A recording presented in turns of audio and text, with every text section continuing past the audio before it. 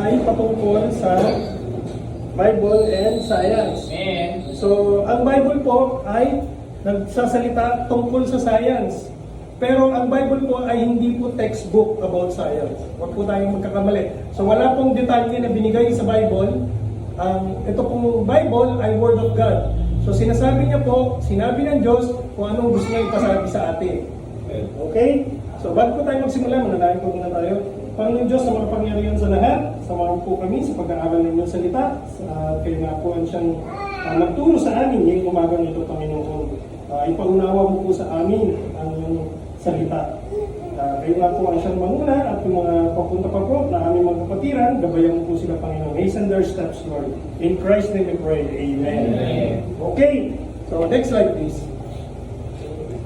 Science, ito po, is the intellectual and practical activity encompassing the systematic study of the structure and behavior of the physical and natural world through observation and experiment. So ang science po ay importante. Bakit po natin nasabi na napaka-importante ng science? Ito po ay pinag-aaralan. Mula sa grade school hanggang sa high school, may science po na subject. Pagdating po ng college, meron pa rin pong science. So lagi po natin pinag-aaralan. Pero hindi na po tayo, we will not go deep in the study of science, dahil pinag-aaralan nyo naman sa school yan. So, lang natin, hapyawan lang natin. Next slide, please. It will consume much of our time.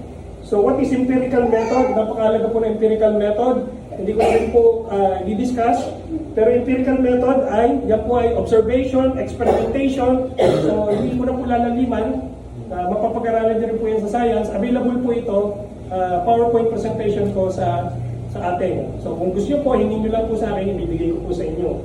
Okay, next slide please. So kaya ko po nilagay yung empirical method kasi po napaka-importante ito.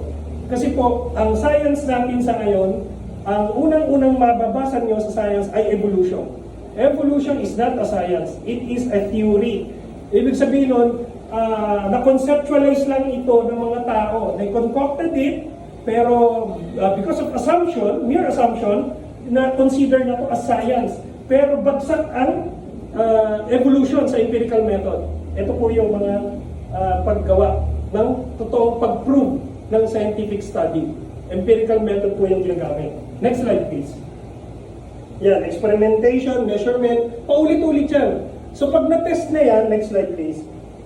Next slide please. Observation, yan, formulation of hypothesis, verification of the hypothesis, tsaka yung ma-establish na science yan. So yung theory of evolution, hindi po pumasa rito. Kaya nakakapagtaka, bakit natin in-accept as science? So evolution is more part of a faith. Kailangan meron kang pananampalataya para paniwalaan mo theory of evolution. Ngayon, makikita ninyo as we go along sa pag-aaral natin ng salita ng Diyos, makikita natin bakit mali ang theory of evolution. Next slide please. Hindi na natin yan masyado tayo mag-slide. Yan. So God created everything. Di ba? Alam naman natin. From nothing, di ba? Tsaka niya kinreate. Bakit natin nasabi yun? Dahil yun ay sinabi sa salita niya. So, kung kayo ay maniniwala sa evolution, pagpipilian nyo lang po. Sino paniniwala nyo? Si Charles Darwin o si Moses? Tandaan po ninyo, si Moses kausap niya ang Diyos face to face. Kaya sinabi sa kanya, ito ang nangyari. Di ba? In the beginning. Next slide please. Ayan. Evolution is scientific, then science is guessing. Kasi nga nanghula lang sila eh. Pag nagbasa kayo ng libro ng evolution, sasabihin niya ron, perhaps, maybe, somehow, yun po yung mga ginagamit doon. Assumption, mere assumption po. Wala po talagang scientific study. Define science, knowledge requires truth, truth requires Jesus. So yung pong katotohanan ng pag-aaralan natin dito. So ito pong lesson na to, titignan natin yung scripture para baka mamaya nagre-wrestle kayo sa scripture, baka sabihin nyo na ang scripture ay against sa science. Hindi po. Ang science po ay ginawa ng Diyos. Ang lahat po ng bagay ay ginawa ng Diyos. In-establish po ng Panginoon Diyos ang laws of science. Kaya tayo ay nadidiscover lang natin ito, pati mathematics. Diba? Ito po yung design. Tignan niyo po yung mga insects, di ba? May silang mata, di ba? Compound. Diba? Nakadikit na sa utak nila. So, design yan. Di ba? Kung pag-aaralan nyo, di ba? Sa United States, yung mga academies, yung mga professor sa college, nag-aaway-away na sila. Bakit? Kasi yung ibang professor doon naniniwala na sa intelligent design. Ang problema, hindi nila papaniwalaan yung God of the Bible. Mas pinaniniwalaan nila, katulad ni Bill Nye, mas pinaniniwalaan niya na meron daw Martian na naglagay ng tao rito. Di ba? Samantalang ano ba sinasabi ng Bible? Diyos ang naglagay ng ano rito ng tao. Hiningahan niya. Binigay niya ang hininga niya. Di ba? Man became a living soul. Next slide please. Ayan. So ngayon, kung makikita niyo to, may another lesson ako tungkol sa evolution. So, hapyawan lang natin. So, ang sabi ng evolution, ganito raw nangyari after millions of years, na-trap yung isda. Ngayon, kung titignan natin yung totoong history sa strata ng mga na-trap na mga animals sa lupa, doon natin makikita na tama, merong great flood. Bakit? Catastrophic, cataclysmic, all of a sudden, instantaneous yung event ng deluge. Kaya na-trap yung isda. Kaya buong-buo. Tandaan ninyo, pagka ang isda namatay, bumabaho, di ba? Umaangat. Hindi siya lumulubog sa puti. Di ba? Kaya tama yung science of the Bible. Hindi yung science na sinasabi ng evolution. Kasi pag nabulok ang isda, matutunaw siya. Di ba? Tama po ba? Ito po, mali ang evolution. Ito ang science ng Bible. Next slide please. Ayan. Sabi po sa Genesis chapter 1, verses 1 to 3, in the beginning, God created the heaven and the earth. Ito po, sinasabi rito, in the beginning, that's time. Time po yun. God created the heaven. Yung heaven po rin space. And earth. Yung earth po, hindi po bilog yan. Bakit? Dito nyo makikita sa verse 2, and the earth was without form and void. So yung maliwanag po na sinasabi dyan, matter yung ginawa ng Diyos. Sa verse 1, diba? Ang Diyos po ay hindi siya covered ng time, space, matter. Iba po ang kanyang realm. Siya po ay creator. May pinapanood ako sa YouTube, sabi nga si Albert Einstein, gusto niyang i-disprove, naniniwala siya na eternal ang lahat ng bagay, sabi niya. Eternal daw. Sabi niya, so hindi natin alam kung saan nagsimula, kung ano. Ngayon, dinidisprove niya sa scientific quotation niya, yung pagkwenta niya, dinidisprove niya ang yung evolution na meron daw beginning. Pero hindi niya ma-disprove. So meron ng beginning. Dinidisprove niya yung Big Bang Theory. Pero nung sinabi niya, so kinukulod niya, pag may beginning, ang lahat ng bagay, may creator. So tama si Albert Einstein. Pero ang problema kay Albert Einstein, he has no grasp kung sino yung nag-create. Diba? Saan natin makikita yun? Diba? Sa Bible. Yeah. O ba? Ayan, in the beginning, God. Si God. Kung titignan po natin sa original Hebrew, ang ano niyan, God ang masisimula ang Bible. Elohim. Elohim, Bereshit, Bara, Samayim, et Eretz. Yun po yung sinasabi dyan. So, in the beginning, God, Elohim, created. Diba? So, hindi po created being ng Diyos. Siya ang creator. Eternity past to eternity future, siya pa rin po. Unchangeable. Hindi po nagbabago ang Diyos.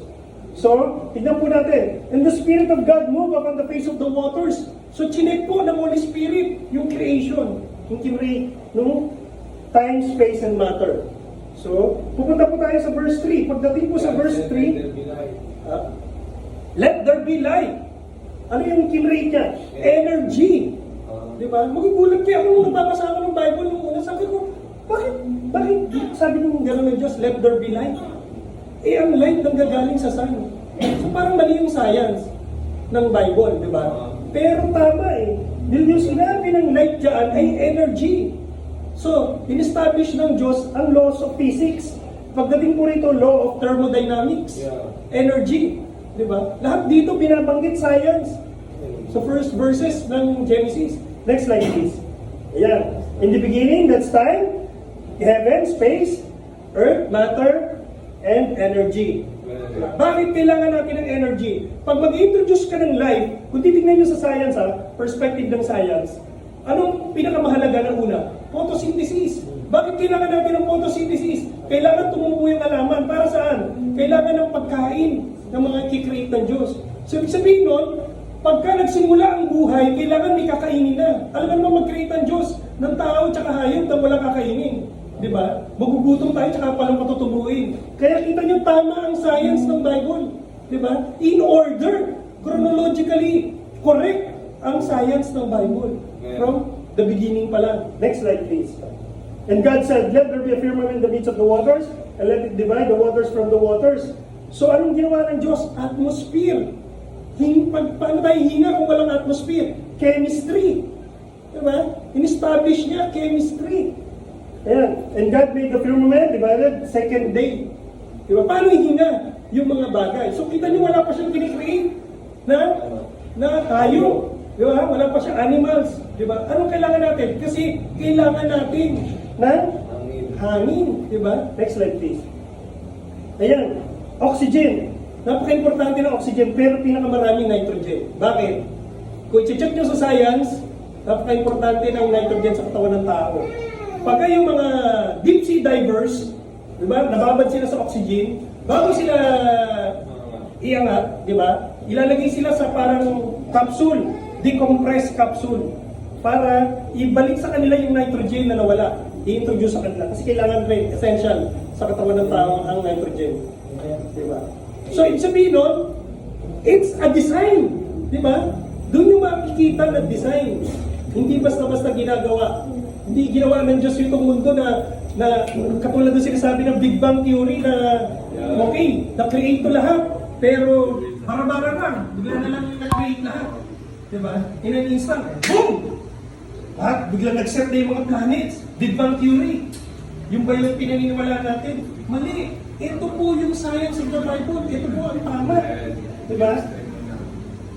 Ang hangin napaka-essential sa atin. Ang tubig napaka-essential sa atin. Ang pagkain napaka-essential sa atin. 3 minutes na wala kang oxygen. Sigurado patay ka. Unless na exceptional ka yung katawan mo. So pwede. Diba? 3 days na wala kang tubig. Mamamatay ka. Diba? 3 weeks na wala kang pagkain. It's either bagsak na yung katawan mo or mamamatay ka na rin. So, depende sa katawan ng tao. Pero yun po ang binigay lang sa atin. 3 minutes, 3 days, 3 weeks. Mamamatay ang tao. Very essential yung lahat ng kinreate ng Diyos from the beginning. Next slide, please. Yan. So, napakalaga na chemistry sa buhay natin. Bakit? Oxygen, hydrogen, ano magiging tubig. So, very essential ang tubig sa atin yan. Nalaman natin yun ngayong summer. Diba? Dahil sa sobrang init, kailangan natin uminom ng uminom. Diba? Next slide, please. Yan. So, yung ginawa ng Diyos, meron siyang water canopy. Yan po. I-discuss ko po natin yan sa ibang, kasi may other slide po rito. Ito po yung binigay sa atin ng Diyos. Diba? Yung pre-flood po yan. So, meron po water vapor. So, binablock off po yung UV lights. Napaka-importante po nitong science na ito. Next slide, please. Bakit? Kasi po, meron pong experiment kung makikita niyo po yan sa YouTube.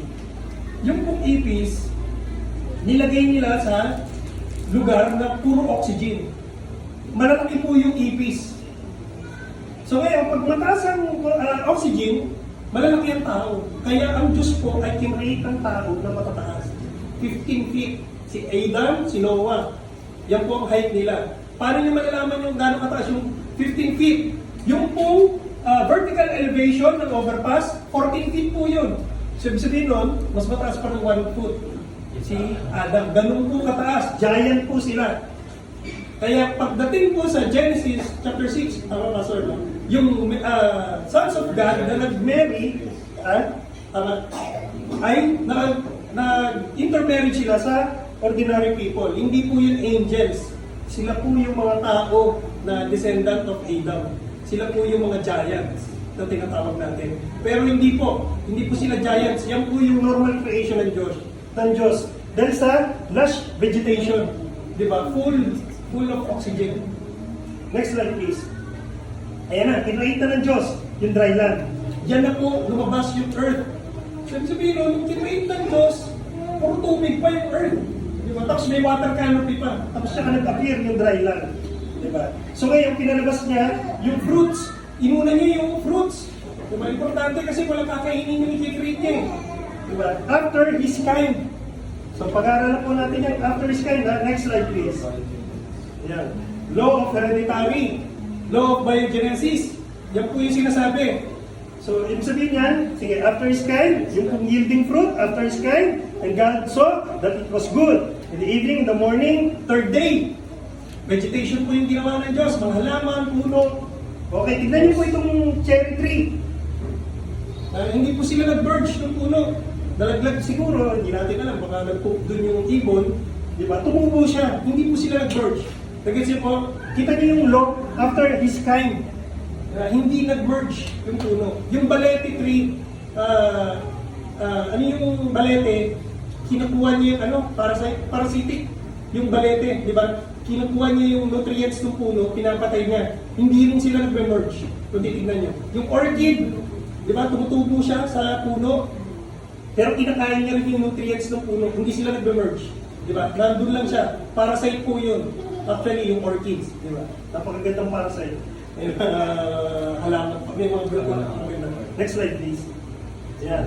Si Gregor Mendel, siya po yung Austrian monk Na nag-establish ng law of hereditary. So, sa science po, sa mga unang verses pa lang sinasabi na after its kind, hindi po pwedeng lumipat. Kaya pag-aaralan po pa natin yung susunod sa ayok naman. Next slide please. Yan. Solar system, rest of the universe, kinreate na ng Diyos. Yan. Bakit? Para daw sa seasons. So, inuna ng Diyos yung light, yung energy. Tama, di ba? Kasi kailangan mabuhay. So, ngayon, yung mga moons, planets, yung iba, kinrate na lang ng Diyos para times and seasons. Next slide please. Next slide please. Yan. So, yan yung planetary systems natin. Yan yung solar system natin. Next slide please. Yes, sir. So, ano na-establish ng Diyos? Law of astrophysics. Diba? Kung ginawa niya yun. Diba? Yun yung fourth day. Law of gravity, kasama na. Diba? Kaya yung moon, kahit anong ikot ng gano'n, hindi siya lumalabas, hindi siya lumalayo. Tapos yung Earth, umiikot sa Sun. Diba? So, may gravity. Bakit hindi totoo ang evolution? Another thing, proof ng science. Dahil sa law of gravity. Ang law of gravity, ang gravity po natin, nagdi-deteriorate year by year in a certain amount. So ngayon, kung millions of years nag-exist ang Earth at ang tao, ibig sabihin nun, hindi ko po ito kayang buhatin dahil sa law of gravity. Ibig sabihin nun, million years ago, hindi tayo makakilos. Paano mabubuhay ang halaman? Paano mabubuhay ang tao? Kung malakas ang gravity. Lumalabas na hindi tayo millions of years. Lumalabas, wala pang 10,000 years ang creation. Dahil sa law of gravity. Nagdi-deteriorate. Kahit i-research mo yan, nagdi-deteriorate year by year ang ating gravity. So, pag millions of years umatras tayo, wala pong mangyayari. Hindi po kayo makakakilos. Hindi po makakapagtrabaho ang tao. Hindi po makakapagtanim. Ni ito, hindi po natin kayang bitbitin ito ng ganito. Diba? Siguro, 5 sako ng bigas ang bigat nito. Ganun po kabigat. Diba? Millions of years. Kung paniwalaan natin ang evolution. Kaya, sa law of gravity, bagsak na po ang evolution. Yung kung paniniwalaan, ang evolution po ay tungkol sa faith. Kailangan magkaroon ka ng faith para paniwalaan mong evolution. Evolution is not a science, it is a religion. Diba? Next slide please. Yan. So, sa astrophysics, ang supernova, a dying star, namamatay ang star. Pag namatay ang star, hindi siya nag-evolve to another star. Poof! Para siyang fireworks. Pag pumutok sa taas, boom! Ganda, di ba? Liwanag, ang ganda. Kaya hindi na siya nakikreate. Pag putok ng supernova, kasi ganito pang life cycle ng star. So, magiging ordinary star siya, yellow, biglang magiging red na siya, hanggang sa parang namamaga na siya, hanggang sa sasabog na. Pag sumabog yung star, supernova, di ba, sumabog, wala na. Hindi na nakikreate. Wala nang bagong star, walang biglang puputok na magiging planeta, gano'n. So makikita natin na hindi rin totoong evolution dahil dito sa astrophysics. Okay? Next slide please. Ayan. Astrophysics. Ayan po. Another picture ng ayan. Okay, pagdating po sa sa mathematics, conservation of angular momentum. So paliwanag po sa inyo, pag nagpunta kayo sa, kung elementary ako, meron kami doon sa school namin, yung parang merry-go-round, yung maliit. Di ba? Yung sinasakyan ng mga bata, tapos iikot sila ng iikot na gano'n, tapos pwede mong ipaikot na gano'n, di ba? So ngayon, pag umikot siya ng clockwise, di ba? Pag binilisan niyo yun, pag nalaglag yung bata, paano ang mangyayari sa kanya? Nalaglag siya, pa-clockwise, di ba? Di ba? Hindi siya pwedeng pasaliwa, di ba? Yun yung conservation of angular momentum.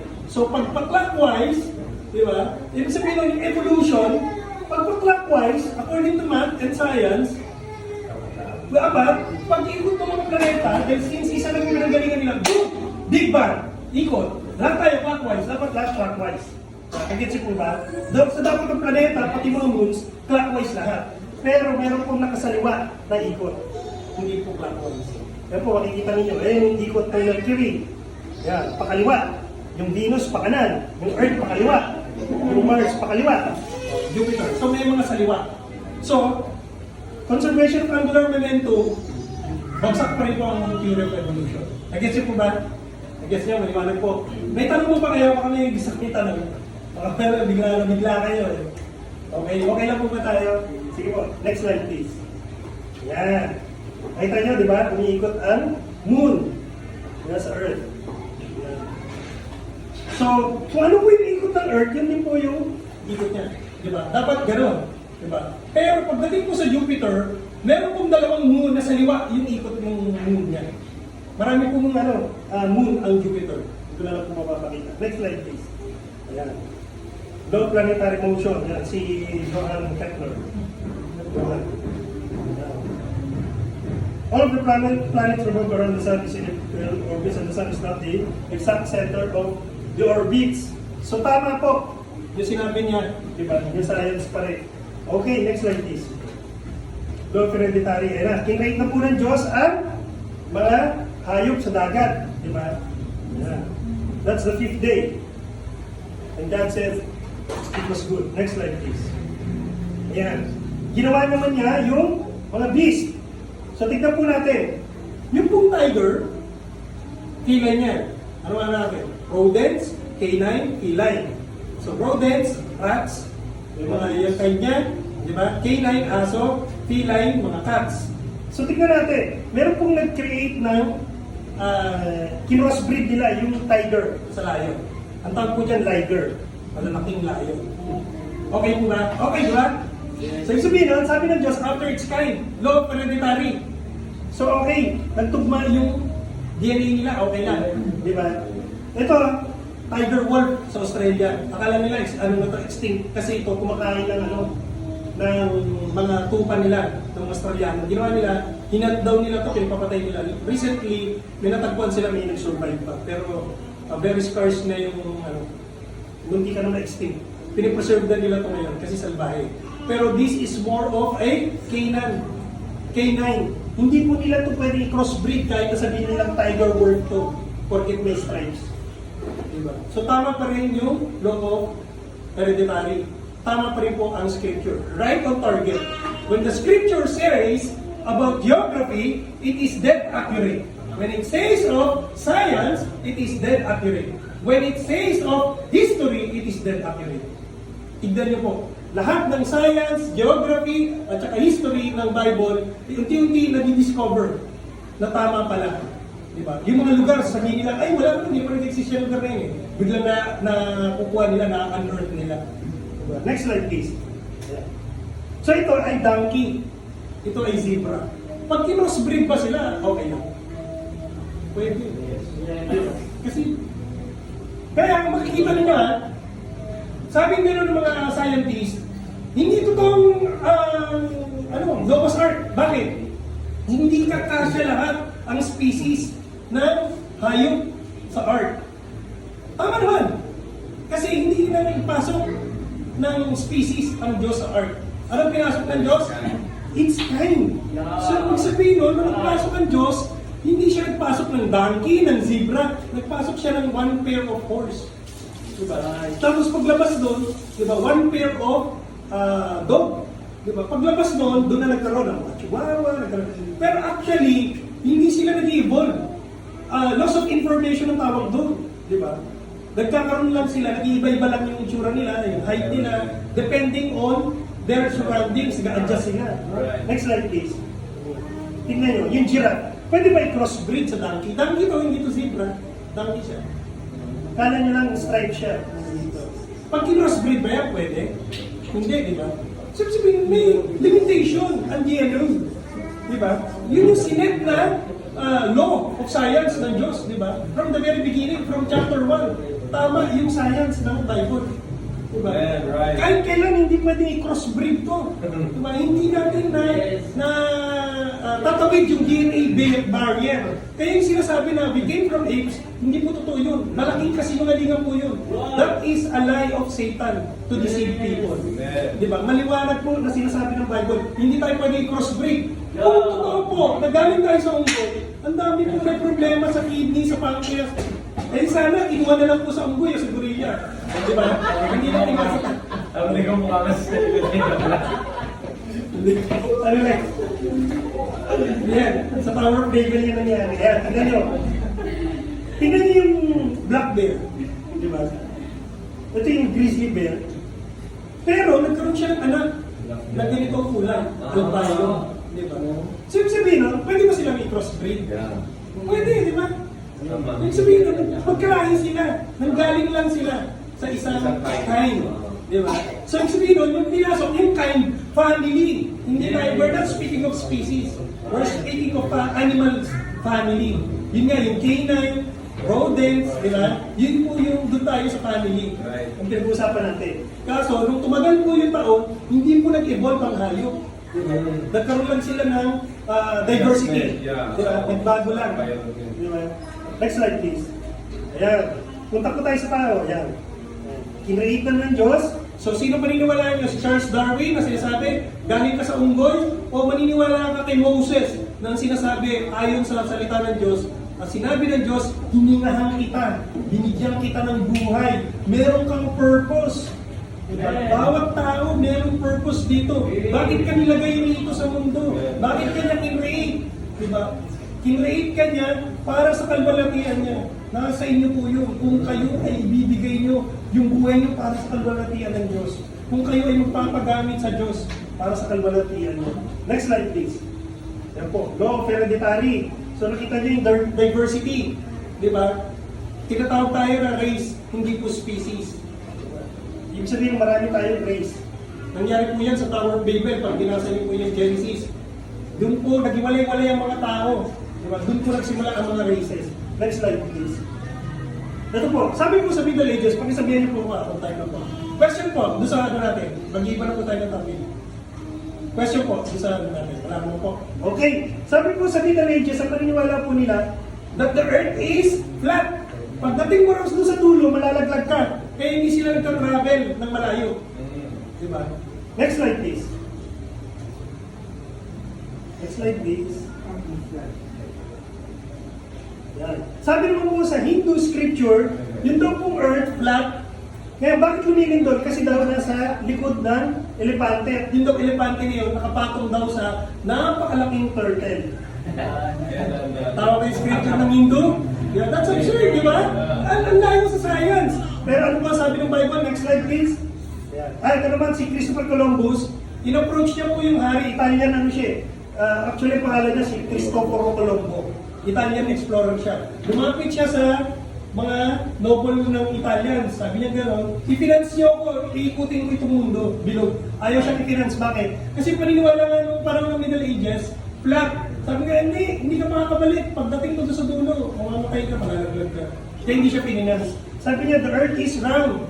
May nagsabi sa kanya that the earth is round. Galing sa Bible daw. So mamaya, pupunta po natin yun. So anong ginawa niya? Pakabalik ko. Umano siya, lumapit siya sa Spanish Crown, yung po nag-finance sa kanya. Kaya pagpunta niya po sa Amerika, tinawag niya na Indians. Bakit? Kasi hinahanap niya yung land ng India. Kaya lang, kumalpak siya, bumagsak siya sa Amerika. So, paano na-discover ang kabilang route na tinatawag niya westward? Next slide please. Sino ang nag-travel? Si Magellan. Philippine history yan. Ayan. So si Magellan, nag-travel siya. Ito po yung Americas. Ito po si Christopher Columbus. Pagdating niya rito, akala niya nasa India na siya. Ito po yung India. Kaya tinawag niya na Indians. Ay, nakita ko ito mga to. Indians to. Kaya mali. Diba? Pero ang India po nandito. So ngayon, si Magellan ay nag-travel. Philippine history, di ba? Na-prove ni Magellan that the earth is round. Bakit? Yan yung travel ng mga tao. Namatay po si Magellan dito sa Pilipinas. Ayan. Sino pumatay sa kanya? Si? Wala po. Very good. Philippine history. Very good. Ayan. At nagpalita ng kanyang circumnavigation ay si Sebastian Elcano. Okay? Kaya ngayon nakauwi sila from west. Di ba? Coming to east. Di ba? Eastward. Okay, so proof nila that the earth is round nung panahon na yun. Next slide, please. Yan. Sabi po sa Isaiah 40:22, it is He, that is God, He that sitteth upon the circle of the earth, and the inhabitants thereof are as grasshoppers. So sabihin po noon, nung panahon po ni Isaiah, 600 BC to 500 BC, nakalagay na po na ang earth. Nakita niya raw ang Diyos. Nagkaroon siya ng vision. Yung throne of God, nakapatong daw sa earth. Thus daw yung earth, nakita niya ay tinranslate po ng tong circle sa English. Pero ang Hebrew word po niya talaga ay spherical. Ibig sabihin bola. Right. So nakita ni Isaiah na bola ang mundo. So from 500 BC, dineclare na. Sino nag-declare niyan? Salita ng Diyos, ibig sabihin ng Diyos mismo. So tama po ba ang science ng Bible? Yes. Tama po. Right on target tayo. Di ba? Hindi tayo namamali. Next slide please. Yeah. Kailan natin nalaman na ang Earth is round? Noong 1960s, lumabas na ang tao sa mundo. Di ba? Kinuna nila. Si Yuri Gagarin, di ba? Inikot niya. Siya yung Russian cosmonaut na first na nag-circumnavigate na Earth from without sa labas. Di ba? Ito po yung Earth. Pag tinignan nyo, picture sa labas. So tama ang science of the Bible. Next slide please. Sabi diyan si Job, He stretched out the Lord over the empty place and hanging the earth upon nothing. Ito pong book of Job ay oldest book sa Bible. Amen. Sabihin nun, mas naunang pa siya sa Genesis. Si Genesis po, the first 5 books of the Bible ay sinulat ni Moses. Pero ito pong book of Job, kapanahonan po siya ni Abraham. So, nung pa lang sinabi na kagad, dineclare na sa book of Job. That the earth hangs upon nothing. Tama naman, di ba? Yeah. Tama po, di ba? Nakatali ba yung earth habang umiikot na gano'n? Di ba? Wala, di ba? So, tama ang science pa rin na dineclare. Next slide, please. Earth's rotation. Umiikot. Nakakahilo. Next slide, please. Ayan. So, sabi po sa rapture, sa Matthew, pag binasa niyo po ito, medyo bilisan ko na lang po. Pag sabi niyo, darating daw po Panginoon Diyos, na yung may ginagawa, yung tao, may natutulog, meron may nagtatrabaho. So, ibig sabihin nun, pag dumating ng Panginoon, sabi nga natin niya, twinkling of an eye, in a moment, yung in a moment puro ay atomos, smallest fraction of time. Sabi po sa 1 Corinthians 15, yun po yung binigay sa atin na time. So, ibig sabihin, mabilis po yung pagdating ng Panginoon Diyos. So, sinabi niya, ayan daw ang sign niya ng pagdating niya. Next slide, please. Ayan. Ayan, sinasabi dyan. Then shall be two, be in the field, the one shall be taken in the other left. Woman shall be grinding in the mill, one shall be taken in the other left. Next slide, please. Ayan. Rapture po yung sinasabi dyan. Ha? Next slide. Ayan. Pagdating po rito, may natutulog. Sabi sabihin, pagdating ng Panginoon Diyos, merong part ng earth na gabi. May part na nagtatrabaho yung tao. Sabi sabihin, no? Di ba? Umiikot yung rotation. May gabi, may umaga. Next slide, please. Ito naman po, pag-aralan natin ay physics. Law of thermodynamics. Sabi po sa first law of thermodynamics, ang law of thermodynamics po ay may 2 laws. Against po yun sa evolution. Bakit? Sabi sa first law of thermodynamics, energy cannot be created or destroyed in thermal systems. Yan po, may equation pa po. Ibig sabihin nun, lahat po ng energy na kinreate ng Diyos mula sa Genesis, constant na po yan. Nagbabago lang from energy to energy, pero constant. Ngayon, next slide yan. Then sabi ko lang, thus the heavens and the earth were finished, and all the host of them, So maliwanag, hindi po totoong evolution dahil sa law of thermodynamics. Bakit? Hindi na po nakikreate ang energy. Kung totoo po ang evolution, dapat may energy na nakikreate every day. Pero wala po. Ang sabi po sa law of thermodynamics, constant. Ano po nangyayari? Next slide please. Ang second law of thermodynamics, ang sabi ay everything is entropy. Ibig sabihin nun, nag-deteriorate, nabubulok. Tama? Tama po ba? Sino po ba ang ano rito, into science? Mga estudyante ka? Uy, Jonas! Sino ba ang course ay science? Medicine, math. Tama tayo, ha? Tama tayo, ha? Hindi po tayo nagpapalahan dito, ha? Kahit tayo research ito sa school o sa Google. Tama po ito. Ang sabi mo ng second law of thermodynamics, the total entropy of both a system and its surrounding will never decrease. Ibig sabihin ng pabulok po. Tama po ba sa katawan natin? Hindi po tayo nag-evolve. Diba? Nagkakasakit ang tao, namamatay, tumatanda. Natural po yan. Yan po yung natural. Diba? Yung po yung dineclare na, next slide please, ng Diyos. Ito po, sabi sa Psalms 102, as thou lay the foundation of the earth and the heavens are the work of thy hands, they shall perish, but thou shalt endure, yea, all of them shall wax old, like a garment, as a vesture shalt thou change them, they shall be changed. Pero nabubulok po. Dinigyan na ng Diyos yung second law of thermodynamics. Time na po. So wala na po tayong time. Meron pa po. Next slide yan. Tingnan natin. Ayan, next pa. Para makikita ko Kaya yan sa inyo. sinalabas natin yan dito. Next pa. Next pa. Next pa. Next pa. Next. Next. Sige pa po. Sige pa po. Yan. Oh, yan po. Tandaan po ninyo, ang dinosaur ay nasa Bible. Tama. So since it's time, antayin nyo na lang po yung pagbabalik po yung pagbabalik sa next program. Maraming salamat po. Amen. Amen ba? Alam nyo, nung nakaraan, may mga, yung bio ko po nasa amin,